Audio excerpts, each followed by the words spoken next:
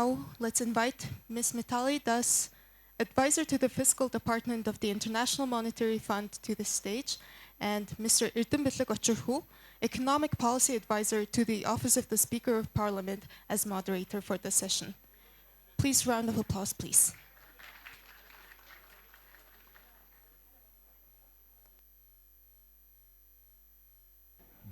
Okay, good day, everyone.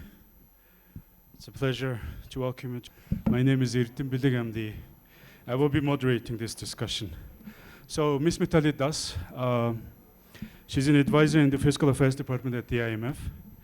She was instrumental in the IMF's flagship publications such as External Sector Report and the WEO, the World Economic Outlook. She worked in the office of the chief economist of the IMF and covered different countries from Nauru to Japan to China. She holds a PhD in economics from the Massachusetts Institute of Technology. So her today's presentation explores the pandemic and looks at how resilient were the macro economic frameworks, will reassess the policy toolkits, and will help us understand the key drivers that influence recovery. So after the presentation, I will ask a few questions, and we know that both of us, we know that we were standing earlier between you and your lunch now, but now I think we have a little more time, but still we will try to be as concise as possible, as brief as possible, so that you can have, you can comment and ask questions. So please join me in welcoming Ms. Mitali Das. Thank you very much, and thank you for having me. This logistical preparations for this conference have been really phenomenal. And thank you, Governor Soren, and everybody who is attending, and thank you for inviting me to be here. So I'm going to speak to you today about the COVID-19 pandemic and the output losses that followed it. The central question that I'm going to be asking in this presentation is whether the output losses that were seen were temporary or they were permanently lost. Okay. And I'm going to walk through the evidence from a cross-country sample of macro data focusing on output or real GDP, consumption, and investment. This topic of output losses is, of course, especially relevant today in this era of persistent supply shocks and rising debt legacies. As I answer this question about persistent or temporary output losses, I'm going to be speaking through the lens of what is called cycle is the trend. This is a term that was coined by Geeta Gopinath, the first Deputy Managing Director of the IMF, and Mark Aguiar, professor at Princeton. And this concept is pretty important for the discussion, so let me just talk about it briefly. Mark and Geeta's point is that when shocks hit emerging markets, they tend to be shocks to their trend, whereas when they hit advanced economies, it's just a shock around the cycle. So in other words, emerging markets don't really have fluctuations around some known trend like advanced economies. Rather, the trend itself is volatile. So when they are hit by a shock, the trend moves, and they then move around this new trend until the new shock hits. Okay, so if a recession hits America, Americans know that tomorrow they'll be back to usual. Whereas if a shock hits Argentina, Argentinians know they are in it for a long time. Okay. So let me start in the years before the COVID-19 pandemic and look at where emerging markets were. So when we look at it from the perspective of the 2 decades, let's say, before the COVID-19 pandemic hit, emerging markets really had made massive changes to their policy frameworks. Many of them had moved, as has Mongolia among them, to more flexible exchange rates, which are well known as a shock absorber. Many of them had adopted inflation targeting policy frameworks, monetary frameworks, which are also known as shock absorbers. Many of them put in place fiscal frameworks, fiscal rules.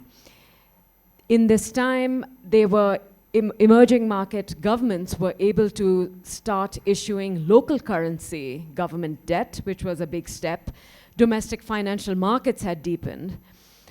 All of these things suggest that when the pandemic hit, they would be in a much better position to handle a large shock than they were ever before, certainly compared to when the global financial crisis hit. But when the COVID-19 pandemic did follow, it exposed massive structural weaknesses, and the output losses that followed showed that something had not changed, and these output losses were as big as they ever were. And so this presentation asks the question of what lies behind all this improvement in policy frameworks and the apparent lack of progress as seen through these persistent output gaps. So let me take a look back at how, what the COVID-19 pandemic shock was really. And the way it's characterized in this working project is that it, of course, was a supply shock, because labor supply fell due to either illness or because there were big care burdens at home or because of the remote nature, right, or because of lockdowns. It was also a supply shock because of CapEx. Nobody was investing and expanding the capital stock because there was no need to. In fact, there was spare capacity because you couldn't use, factories couldn't be put to full production. And it was a productivity shock because work was disrupted by the shift to remote working. At the same time, it was also a demand shock. Why is that? Well, consumers, even those who will buy things,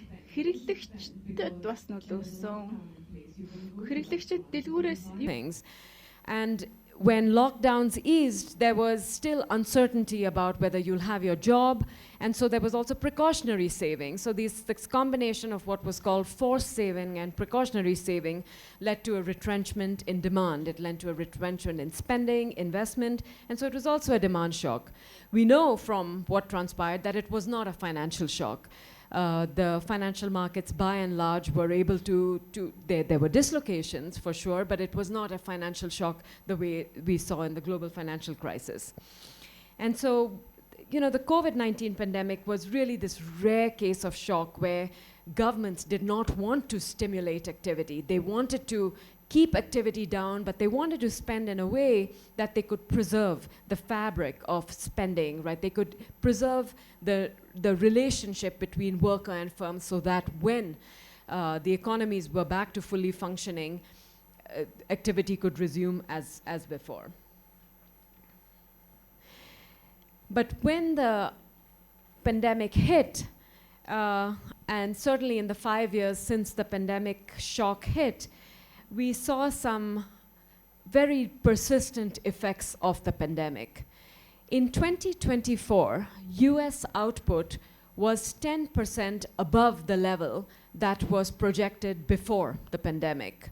The European Union output was almost back to the level that was projected before the pandemic. So both the US and the European Union economies had weathered pretty large recessions. In the case of the US, it was a shortfall of about 3.5% in 2020 and something like that in 2021. So they weathered that and came right back and even exceeded the projections. But in the emerging markets, this was not the case. In 2024, China's output was 5% less than had been projected before the pandemic. In India, it was 9% less. In 36 of the 40 emerging markets that I'm going to be looking at in this study, output was lower than projected before the pandemic, which was very different from what we saw in the advanced economies. And so using the lens of Aguiar and Gopinath, where the emerging market business cycles are driven by trend shocks, this certainly looks like it was a shock to the level of output, which was in emerging markets, which was very different from an ordinary fluctuation around the trend in advanced economy. And along the way, what is important to bear in mind is especially for countries like Mongolia, is whether something like a sovereign wealth fund could have helped cushion this in countries where you do have this or which are considering having these wealth funds. In practice, it turns out that many of these sovereign wealth funds were either unavailable, so not all emerging markets have them, or where they were available, they were underutilized or not deployed to the extent possible for various reasons. So the roadmap for the rest of the talk is like this. First, what I'm going to do is examine the impact on these three different aggregates, predominantly these output, consumption, and investment, and how the pre-pandemic forecast differed from the reality for emerging markets versus advanced economies. And then going to explore how these cross-country variations in outcomes depended on, on different characteristics of these economies. And finally, I'm going to look at how these differences in the gaps between advanced economies and emerging markets differed between, can be explained by structural differences in these countries versus policies that were deployed during the pandemic. I'll talk a little bit at the end about versus lingering legacies, such as what happened to debt and the persistent impacts on inflation. Okay, so this kind of picture is I'm going to show repeatedly throughout throughout the presentation with different aggregates. So let me explain how these pictures are created and what they show. What this slide shows is the deviation of real GDP output from the pre-pandemic projection. So everything is normalized to zero. That deviation between the pre-pandemic projection and the reality, the realization, is set to zero in 2019. And then you see the differences for different country groups shown in the figure. I'm going to show this for three different groups of countries. The advanced economies, who are always going to be shown in red. The emerging markets, which is always going to be shown in blue. And a separate group, which is the emerging markets without China, shown in purple. And this group in purple is important because the timeline of the COVID-19 shock was slightly different in China. It started a little bit earlier in December 2019 when the first cases of COVID-19 were detected. And because of this timeline, and because of the size of China in the emerging market sample, it's also important that any China-specific influences don't affect the entire emerging market sample. So what you see here, and the first observation I'd make, is that when the shock hit in 2020, the impact on advanced economies and emerging markets was actually quite similar. Output compared to the pre-pandemic projection fell about 6 percentage points in both advanced economies and emerging markets, right? But after that, their evolutions differed dramatically. While advanced economies were able to sail right back to trend, shown in red going back by 2024, emerging markets look like they were hit by a tremendous trend shock. They never went back to trend. In fact, output stabilized at a level about 5 percentage points lower than the pre-pandemic projection persistently. This is true whether you look at emerging markets together or emerging markets excluding China. And what's important to know is that this pattern is not driven by a few countries in either group. In the emerging markets, 36 of the 40 countries which are part of this group have this pattern. And in the 4 countries where output actually returned to trend, their weight in the emerging market sample is less than 4%. So this is really sort of idiosyncratic, something special about them. It's not true in general. In advanced economies, it's a little more mixed. There are countries which fall below trend and fall above trend, but the weight of the countries where output actually goes up to trend is more than 60%. And so what's really sort of an important takeaway from here is that in emerging markets, this is not just a delayed recovery. This is a permanent hit to output, right? And the question is that in light of all the improvements that were made in their policy frameworks, what is going on? Why is it that they are not able to come back? Why is it that the cycle is still the trend in emerging markets in spite of that? And does this reveal something deeper about the frictions in emerging markets that's not present in advanced economies? So before I proceed, let me just say that in making these projections and making these figures, what we are doing is looking at the pre-pandemic projection. And to be very precise, this is the projection made in January 2020 by the IMF. So this is before the COVID-19 pandemic, which sort of was the crisis announced in March of 2020. And it's compared to the post-pandemic projection, which is the projections made in January 2022. And I think it's a very legitimate question to ask, like, well, maybe it's those specific years that make these figures come out like that. And to alleviate those concerns, we also look at several different projections. We keep January 2020 as the pre-pandemic projection, but we look at several so-called post-pandemic projections given by these various vintages shown here. So, for example, the IMF makes these projections twice a year, right, for advanced economies and 4 times a year for all economies. And the bottom line is that regardless of which projection you look at, on the left-hand side, for all these different vintages of projections, you will see that advanced economies have a V-shaped recovery, right? They all go back something to trend or close to trend or somewhere little less than trend, but they are all V-shaped. In emerging markets, regardless of when you look, they all have this L-shaped recovery.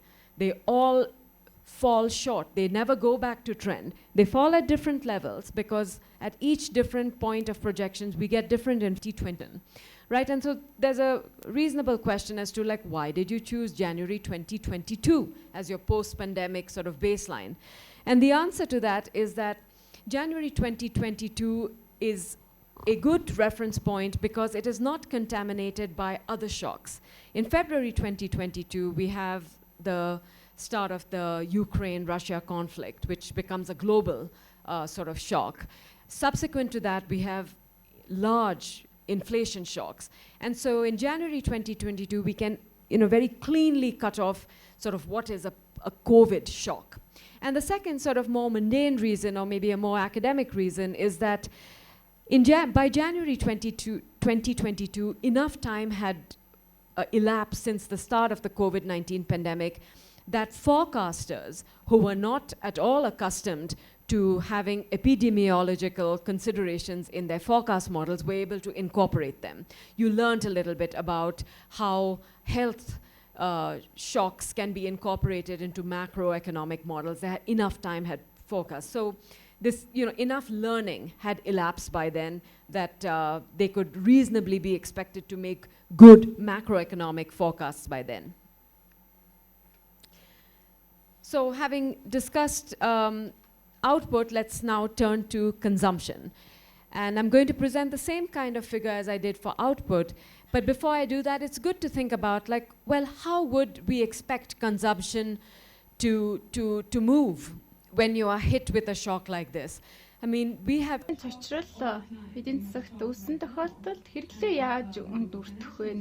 crisis was a shock. You have these kinds of shocks hitting countries all the times. And a good way to organize our thinking about these shocks is to think about, like, well, what would the permanent income hypothesis say about a shock like this? And what the permanent income hypothesis would say is that that consumption is always smooth relative to the expectations of future income. So in advanced economies, if they expected income or output to go back to trend, consumption should have been relatively flat, relatively smooth, just as before the pandemic, because you knew that the output shock was temporary, right? And you continue to eat just like before. You would continue to do whatever like before. You did not need to worry that you were out of a job forever. In emerging markets, where the expectation was of a permanent hit to income, you would say, like, well, I'm going to be poorer forever. So I need to permanently reduce my level of consumption, but you still have to smooth consumption because you cannot reduce consumption to zero, that's understood. However, in comparison to advanced economies, you would consume a little less than you did before the pandemic because now you were going to face permanently lower level of consumption. And what you see instead is this picture, which on the left shows you how consumption behaved in the COVID, and how on the right you see how consumption to income behaved. And so what you see on the left-hand side is that even though this was, first you can see that consumption fell almost very similarly in advanced economies as emerging markets, right? So the first thing you're thinking is that how does this compare to output?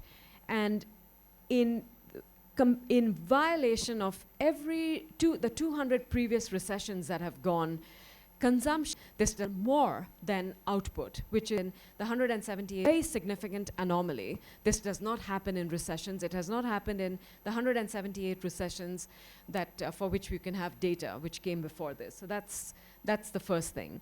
And as a consequence of that, you see that consumption to output, which typically, because of consumption smoothing, either goes up, the consumption to output ratio, or it always goes up and remains relatively flat, it actually has a negative deviation from the pre-pandemic trend. These are anomalies that have never been seen before in recessions, right? And so you want to ask the question of, like, why did this happen and what lies behind it? And of course, there are two very obvious explanations in the context of the pandemic. The first is what we call forced saving. I think this was a term that was coined, I'm not sure by who, but it was coined during the pandemic because of the unique nature of the pandemic.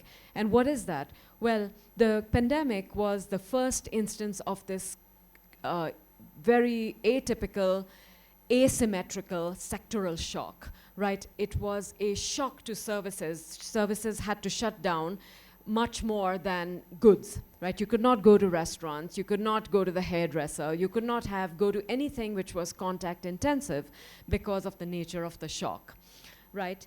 And in emerging markets where these contact intensive sectors, tourism is one of them as well, were more prevalent. Why? Because informality is high, right? The ability to remote work is much lower, so contact intensity is much higher. You had a very severe asymmetrical sector. This is where much more than in advanced economies, and that explains some of it. So forced saving, this is where even where consumers really wanted to spend, they could not spend because restaurants had shut down. That's one explanation.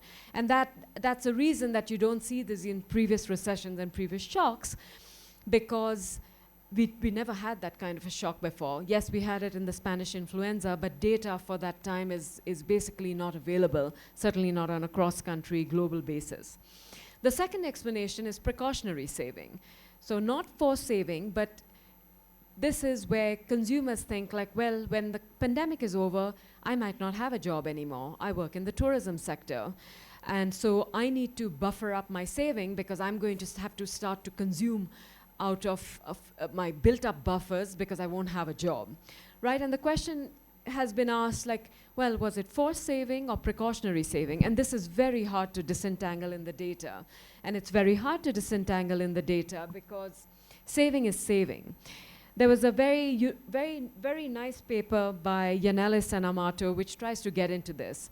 And by using cross-country data and the differences in timing between lockdowns and the easing of lockdown, they are able to find that, or they're able to say that, well, what happened initially was that the forced saving argument dominates. That is, there was just no way to spend, right? And so you were forced to save, and so forced saving is the reason that consumption had this anomalous pattern, and consumption to output ratios sort of violated all the predictions of the permanent income hypothesis.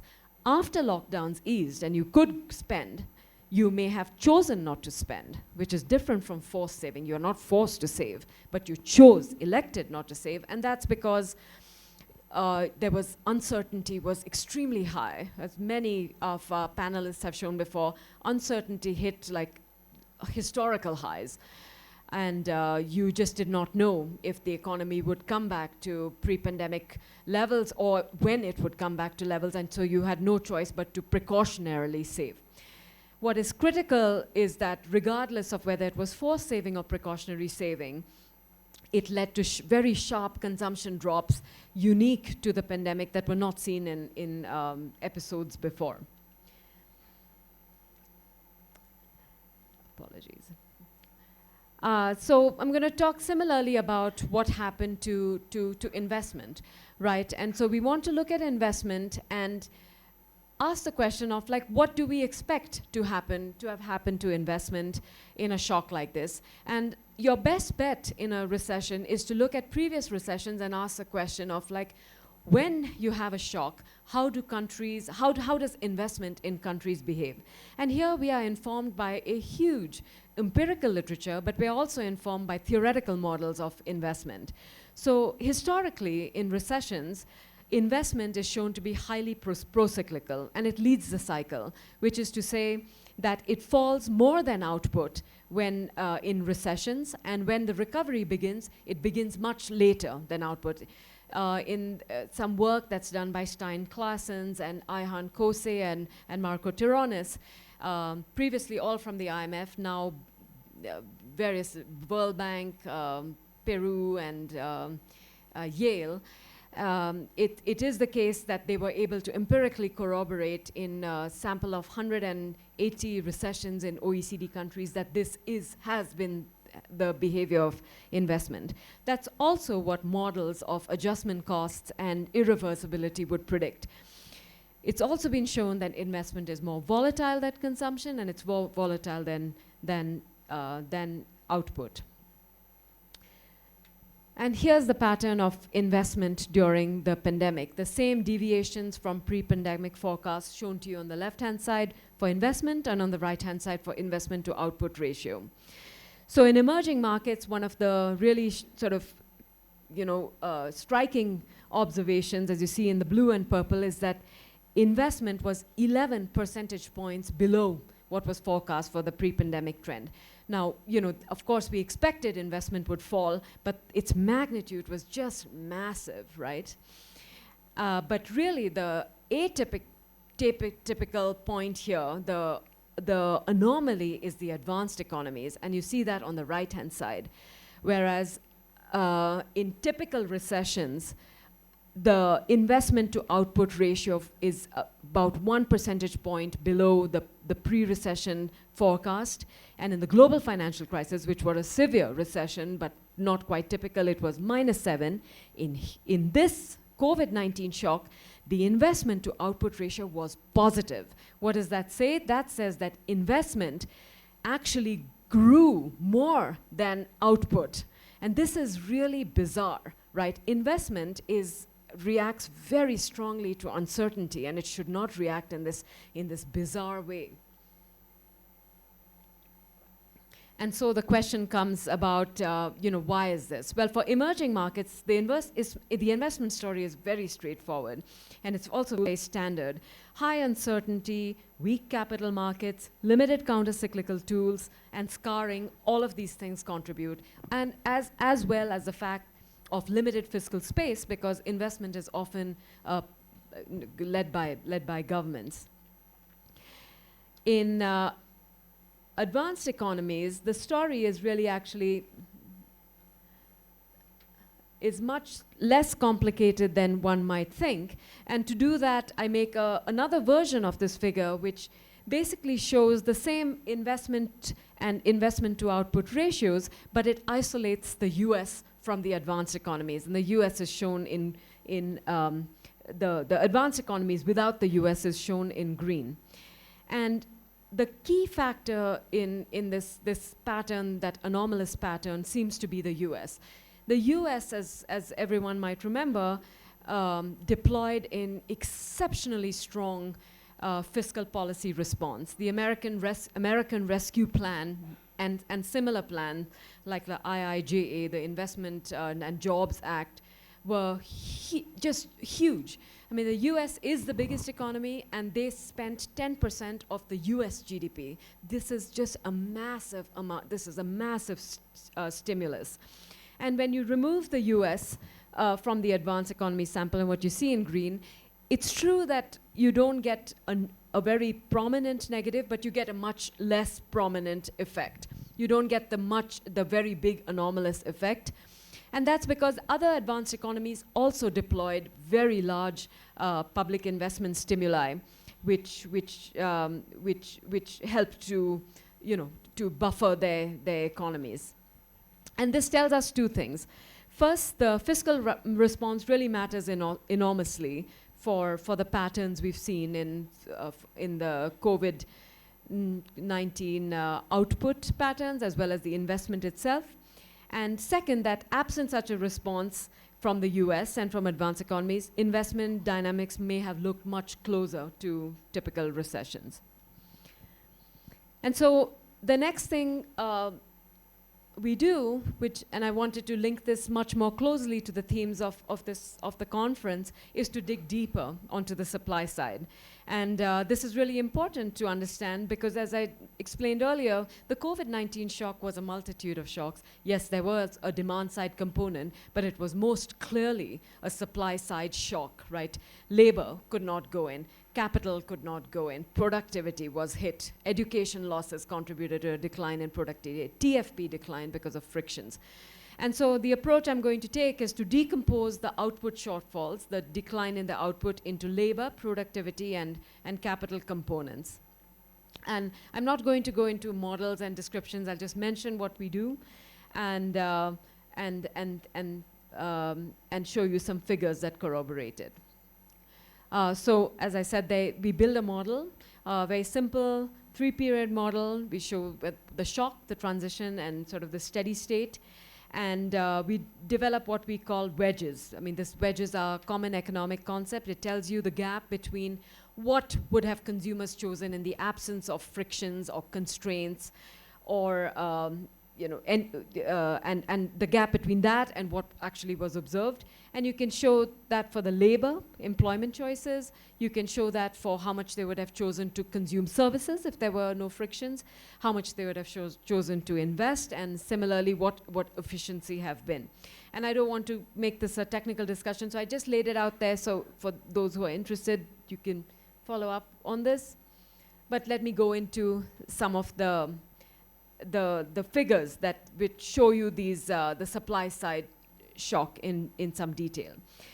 So I show the same deviations from pre-pandemic forecasts for labor, productivity measured as output per worker, and the solar residual, which is a common proxy for TFP. And what you see here is and what I would like to emphasize is that initially the hit to employment was really quite similar, right, for both advanced economies shown in red and emerging markets shown in blue in terms of employment, right? They were both hit with a shock that forced them to reduce employment, I should say, about 4 percentage points relative to the this is very, very large, right? Output per worker, and I'm showing the figure here because this is a very straightforward solo decomposition of the output gap I had shown earlier. But it should be remembered that employment or labor is only one way to measure sort of the labor input. And this is especially important during the pandemic because, in fact, a lot of European economies kept labor the same, kept employment the same by work sharing. So really what you would like to do over here is measure the hours put in per worker, right, rather than, because you could have 2 workers employed in a European factory, but in fact, because of programs like Kurzarbeit in Germany, they were sharing the hours that they would put in. Each was working only 4 hours. And if we could get hours put in rather than number of bodies, we would see slightly different pictures. So these pictures have caveats, but those caveats are really linked to the limited availability of data. Really the big takeaway from this slide that I want to emphasize is that what you see in employment is that there's some picture of a reversion towards trend. True, it doesn't go back all the way to pre-pandemic levels for emerging markets, but it is V-shaped. So there's a shock, and it does recover to some extent. In advanced economies, it was projected to go all the way back. But when you look at the right-hand side, you see TFP go back to trend in advanced economies and stagnate at some permanently lower level in emerging markets. And what the left-hand and right-hand side figures are together saying is that it is not just the underutilization of labor that led to this output losses. It is actually a shock to TFP, right? This can be because of education losses, or the loss of sectors, or this fabric, this capital, this firm-specific capital that workers had, which you could never recover after being out of work for a long time. Shock to TFP is very different from a shock to labor. I'm not going to dwell too much into this. I had talked about the concept of a labor wedge. This is different from an employment wedge. Labor wedge is saying, what is the difference between how much workers would have worked if there were absolutely no friction? So when you equate the marginal utility of one more unit of labor and marginal revenue to the marginal revenue rate of substitution, then that's the equation shown on top. This is slightly different from the employment gap, and similarly for the investment wedge, right? And it follows, and it should follow the employment patterns, and it does. I don't want to dwell on it too much. And likewise, we do the same for these different wedges. They are connected to the theoretical parts of the paper, so I don't want to spend too much time on that. Let me go instead into the empirical correlates of these gaps that we showed earlier. And so the question we want to answer is, why did output return to trend in advanced economies, and why were emerging markets hit with a trend shock? And why do they differ so starkly? So we want to examine, the structural characteristics of the economy, as well as the policy responses that led to this. And what we will find is that in advanced economies, the stringency of lockdowns and contact intensity mattered a lot. In emerging markets, it was the size of fiscal support, the health infrastructure, the ability to reallocate labor that played a bigger role. And some emerging markets with larger sovereign wealth funds, at least that on paper were significant, that may have been constrained by pro-cyclical withdrawals before the pandemic, may have been left with less fiscal space. And so to turn to that, let's look at some of these structural differences between emerging markets and advanced economies that did play a role. And none of these should be very surprising, right? You see that if jobs could be done remotely, right? And so there's these index of remote workability, and you can see that many more jobs in advanced economies could be done remotely compared to emerging markets. So almost 40% of jobs in advanced economies. And this is not surprising, because a lot more jobs in advanced economies are computer driven, right? They can be done from home. Internet infrastructure is better. So it's not surprising that emerging markets, with their larger informality and much more service-oriented jobs, manual, labor-intensive jobs, which are not computer complementary, had lower remote workability, and therefore they could not do their job during the pandemic, and therefore the output losses were bigger. Medical infrastructure, clearly very important. If you could not attend to sick people, if you could not vaccinate them as fast, if you could not deploy vaccinations as quickly, if you could not reach people through apps much faster, that would affect sort of how much output was hit. Also much more advanced in advanced economies. Demographics mattered. So here it goes sort of the opposite way. Advanced economies had much more vulnerable populations, in the sense of that older workers were more susceptible to the COVID-19 virus. And so this would affect them more negatively. Then there were the policy side, right? And so we want to look at, were advanced and emerging markets able to deploy policies the same way? So let's look at stabilization policies. Well, unfortunately for advanced economies, when they entered the COVID-19 pandemic, they did not have a lot of monetary space to deploy, right? Interest rates, even though they had started to normalize from the historic lows and the ZLBs of since the GFC, they were still very low. They did have some space, and you can see sort of how much they were able to lower it, shown in red on the left-hand side compared to emerging markets. So on average, they were able to lower it by less than 1 percentage point in advanced economies, but they were able to lower policy rates by nearly 2 percentage points in emerging markets, because policy rates were much higher, giving much more space to bring them down.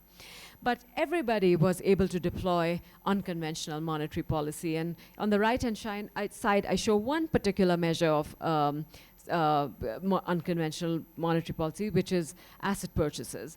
And so you can see advanced economies went into asset purchases programs in a big way, right? There was a lot of UMP, there was quantitative easing by the Fed and similar actions by the ECB. And in emerging markets, which were worried about issues of fiscal dominance, and there was much less of that. And perhaps for that reason, but perhaps also because they had room for conventional monetary policy, there was much less of APPs.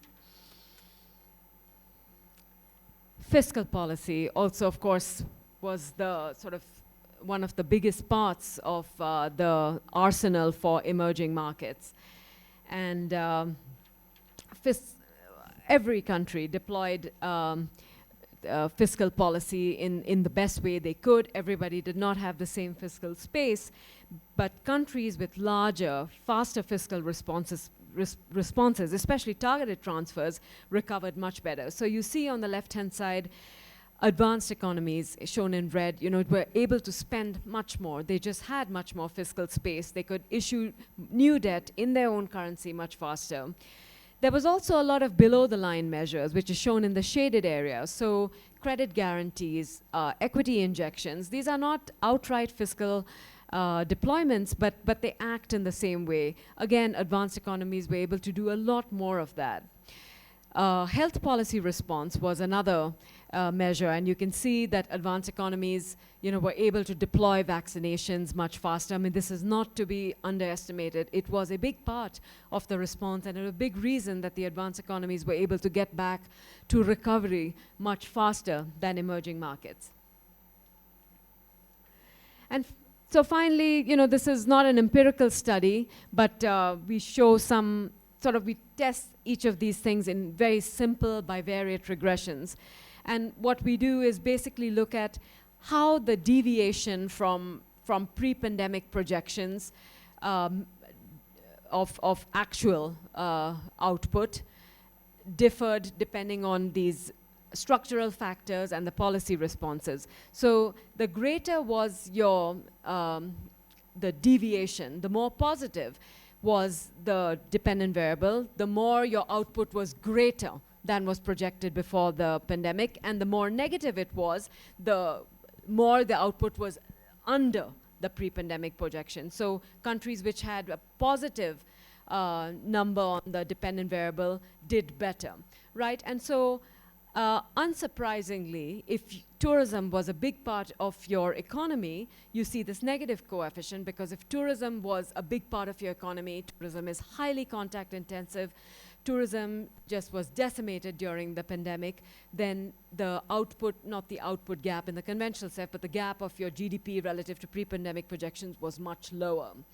Similarly, the more contact intensive was the structure of your economy, you had more services, tourism type, but more services, the more you were likely to suffer. The greater was the stringency of lockdowns, the more you were likely to suffer. By contrast, the better was your medical infrastructure, proxied by hospital beds per 1,000, and the more your jobs were remote workable, and the greater was your fiscal deployment, which is measured by the transfers in percent of GDP, the better you did. And we do the same for advanced economies and emerging markets separately, and find essentially the same type of pattern with a little bit of differences, because the variation in advanced economies from fiscal deployment, for example, was much lower. All advanced economies were able to spend freely. And let me end with a few sort of issues about what I call lingering legacies. Debt overhang remains. It was a big problem a few years ago, and it has remained a problem. During the pandemic, it was well advised that countries spend as much as needed to safeguard health and to safeguard their economies. This was advocated strongly by the IMF, by other international organizations, by central banks, by policymakers worldwide. But when the pandemic, we had turned the corner, the advice was to get the fiscal house in order, and debt has remained very high compared to pre-pandemic trends. Core inflation, which also rose, a combination of supply and demand factors, has declined but still remains sort of uncomfortably high, much above central bank targets, than we advocate. And so let me conclude by saying that, you know, what we have seen is that the cycle is the trend dynamics remain persistent in emerging markets. And this is, you know, not what we want, but it reveals sort of some deeper structural deficiencies in emerging markets, which cannot be addressed by just improving the policy framework. So for example, frictions that come about because of informality, or the lack of good resolution frameworks for bankruptcy, things like that seems to still matter. And going forward, you know, these fiscal frameworks, including sovereign wealth funds, have to be designed to allow for the insurance and stabilization and productive investment that will allow emerging markets to experience less of the cycle as the trend dynamics, experience less of persistent shocks to output. And let me end there. Thank you. Okay, thank you, Ms. Das. Even with glasses, I don't see the time. So you mentioned that EMs had maturing policy frameworks pre-COVID. Did pandemic expose any vulnerabilities in the policy framework? Did pandemic expose any vulnerabilities in the policy frameworks of EMs? Because you mentioned that they are, you know, maturing policy framework pre-COVID. Indeed. What it did reveal in some countries, you know, more than others, and there's a lot of variation across these countries, is there was, for example, not sufficient adherence to fiscal rules. So in some cases, fiscal rules were not transparent enough, or they did not limit pro-cyclical spending. And because of this, a lot of countries did not have the fiscal space, despite these fiscal rules, to deploy a fiscal response that could safeguard their economies during the shock. In one of your slides, it shows that the advanced economies largely returned to trend output by 2024, while the EMs, they lagged. So what were the structural differences? And when it comes to the investment, whether this is public or private, you know, going forward, the recovery going forward, what kinds of investment? Well, so, and that's actually a very important dimension. So it is the case that in advanced economies, in many economies, but in advanced economies, the investment was a public investment response. So it did boil down, taking the US as a specific example, to the availability of fiscal space. You know, being able to deploy that kind of a package was possible in the US and the European Unions and many advanced economies, in part because they were able to issue huge amounts of debt, and they were able to do that without worrying the financial markets, because they're able to issue it in their own currency. So that does play a role. In emerging markets as well, public investment investment often is a public response. Take China, for example, which had a huge public investment sort of program put in place to fight the COVID-19 pandemic. But it is constrained by financing. So most emerging markets are not able to issue debt in their own currency. And so to the magnitudes of financing required for a response like that would sort of unsettle financial markets, because they would be worried about debt, and this would end up being a negative spiral for these emerging markets that were in fact trying to fight. If for example you talked about what could be done if rainy day funds or sovereign wealth funds for that matter could be designed not just as pure as more as strategic investment funds and not just as pure stabilization vehicles, then this could mitigate this constraint for emerging markets. So put in another way, if sovereign wealth funds could be designed in a way that allowed them to have a public investment spending response in their frameworks. Yeah, it's interesting because you earlier mentioned that the sovereign wealth funds didn't buffer these shocks effectively. So you mentioned about the reasons, the underutilization of the sovereign wealth funds, but I understand they need to be structured in a certain way in order to respond to future supply shocks. But what are the alternative, fiscal shock absorbers that the EMs needs to be thinking about or consider? So, our wealth fund, its absorbers.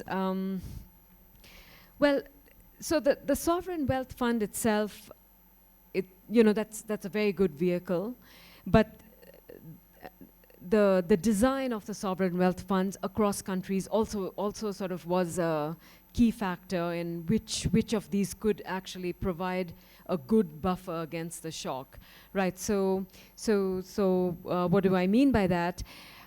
Sovereign wealth funds, which are designed to be with very clear rules-based withdrawal mechanisms, those are those which are very transparent, those which are sort of designed in a way that does not allow for political interference, those which have very flexible mandates for counter-cyclical usage.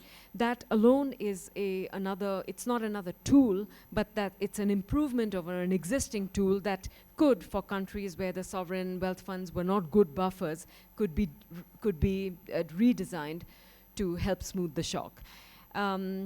What are other policy mechanisms? Well, I mentioned upfront that emerging markets had made a lot of progress on these different fronts, for example, moving more towards flexible exchange rates. That, of course, doesn't mean that they've all moved to entirely flexible exchange rates. For various reasons, many countries are in managed exchange rates, and some have closer to managed pegs. And so this is still a work in progress. So these are improvements, but they have not moved all the way. Right, and so these are all improvements. Some of the other things I mentioned at the end, which are that they don't have good enough resolution frameworks for bankruptcy, for example. They don't have well-developed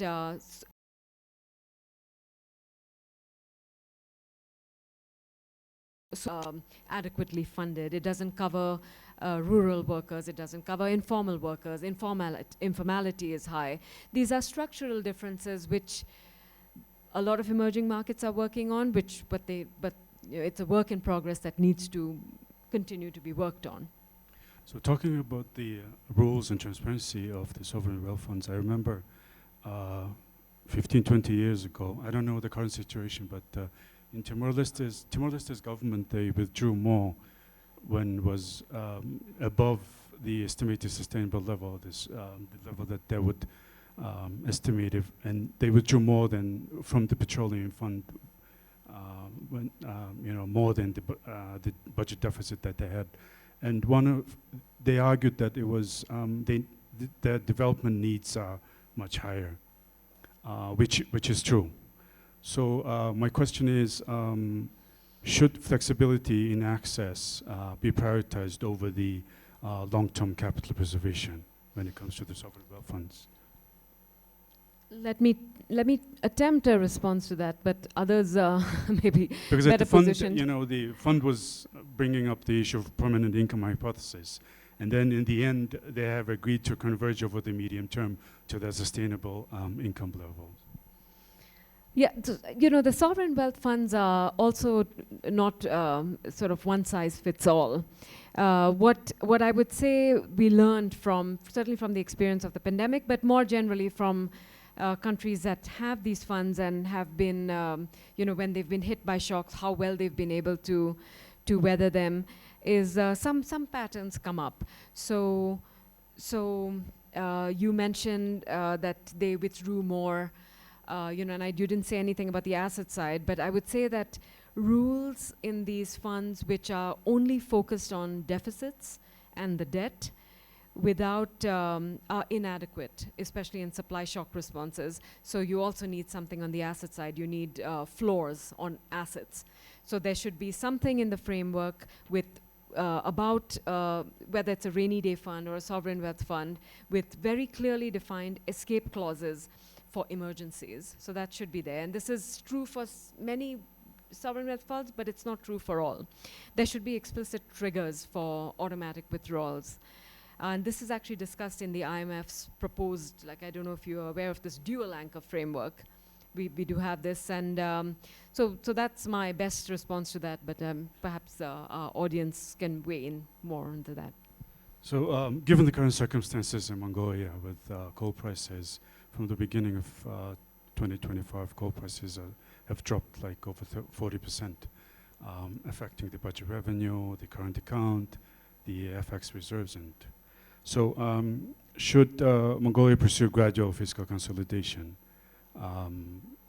focusing on improving spending quality or protecting the capital investment, or rather taking the austerity measures which could impact the downturn, deepen the downturn, let's put it this way. And how should we prioritize the spending? Should we protect the capital investment? Should we protect the external buffers like FX reserves or social programs? So again, country circumstances are really important, and I'm glad you mentioned Mongolia specifically. So building the fiscal buffers is extremely important, and 6 months ago I would have said that, but I would say this with even more emergency now, because the global environment has turned quite rapidly in the last 6 months. And to the question, so yes, fiscal consolidation is extremely important. But fiscal consolidation is not inconsistent with targeted transfers. So expenditures need to be tailored and targeted carefully so that the vulnerable are protected. Investment which can be delayed is delayed. Investment which should proceed, and expenditures which preserve buffers, everything else equal, should be undertaken. From the presentation, we understand that the several EMs used off-budget mechanisms, and some EMs used state-owned enterprises to respond to the crisis. So did your analysis account for quasi-fiscal activity, and could this explain any of the cross-country differences? That's a great point, and so the analysis does focus on the headline fiscal numbers, but in one of the figures, I also showed that these below-the-line measures, or what you're calling off-budget measures, were equally important. In fact, even on that dimension, advanced economies were able to deploy a bigger response than emerging markets, and that they are important. What I would say is that those measures often lack transparency. So, for example, credit guarantees, they were not always deployed freely. They were used to protect maybe connected firms more than small and medium enterprises. So yes, they could explain the differences. They would go in the same direction, because just like the headline fiscal measures, the below the line, the off-budget measures were also much stronger in advanced economies. But and I'm reminded of a statement made, I think, by Chairman Powell, which was that the provision of this credit does not really sort of represent expenditures to save the economy. And the statement he made was, we have the power to lend, but not to spend. Right? They could make this credit available, but unless firms actually use that to hire more workers or to keep their activity going, the provision of credit does not support an economy. It does not support activity by itself. Last question on fiscal. I'm sure you've been asked this question before, but we do have a similar saying in Mongolia: the squeaky wheel gets the grease. So should the mining economies the fiscal rules in mining economies be more countercyclical, saving during the boom times and spending more on the downturns? Of course, yes, they should be. It is a very well designed rule, and it's exactly the nature. The purpose of these rainy day funds is to do exactly that, and I would say yes, that's a very well designed fund. So I have to ask a monetary question. The central bank is organizing this. So given the pressures of slowing growth, persistent inflation, and external vulnerabilities, do you think the current pause on rate hikes by the Bank of Mongolia is the right balance, or is it, does it risk falling behind the curve when, if the inflation proves sticky? So our last panel There really was an MPC recently. Yeah, exactly. Our last panel of eminent monetary policies practitioners, also struggled to come up with the right. So I certainly will not be able to come up with a better response than they did. And given that our hosts are the Bank of Mongolia, I would say they are on the right course. They have put a lot of thought into their actions, and I'm certain they have done the right thing. Governor wanted me to ask this question, so I'm sure he's happy. So let's turn to the audience. Thank you, Ms. Das. And for thoughtful engagement. I understand the discussion is not over yet, but we still have time, full day, so we will be discussing this over the dinner. And thank you again, Ms. Das, for thought-provoking presentation and insightful answers.